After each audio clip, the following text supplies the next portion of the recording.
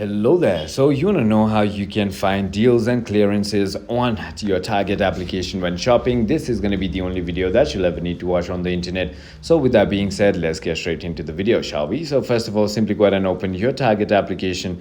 And once you've done that, all you need to do in order to find deals is on the top. As you can see, there is this little navigation bar which has a little deals icon. Tap on that, and you're going to be taken to all the deals right over here. However, if you're looking for clearance, what you need to do is tap on the search bar and then simply search for clearance, just like that, and then simply scroll all the way down until you see all clearance deals and tap on that, and here you go. There's all kinds of clearance deals right over here. You can also choose it based on category, like shoes clearance, home clearance, holiday clearance, clothing and accessories clearance, personal beauty care clearance, baby clothing clearance, and many more. So that is about it. I hope this video was helpful to you. If it was, hit that like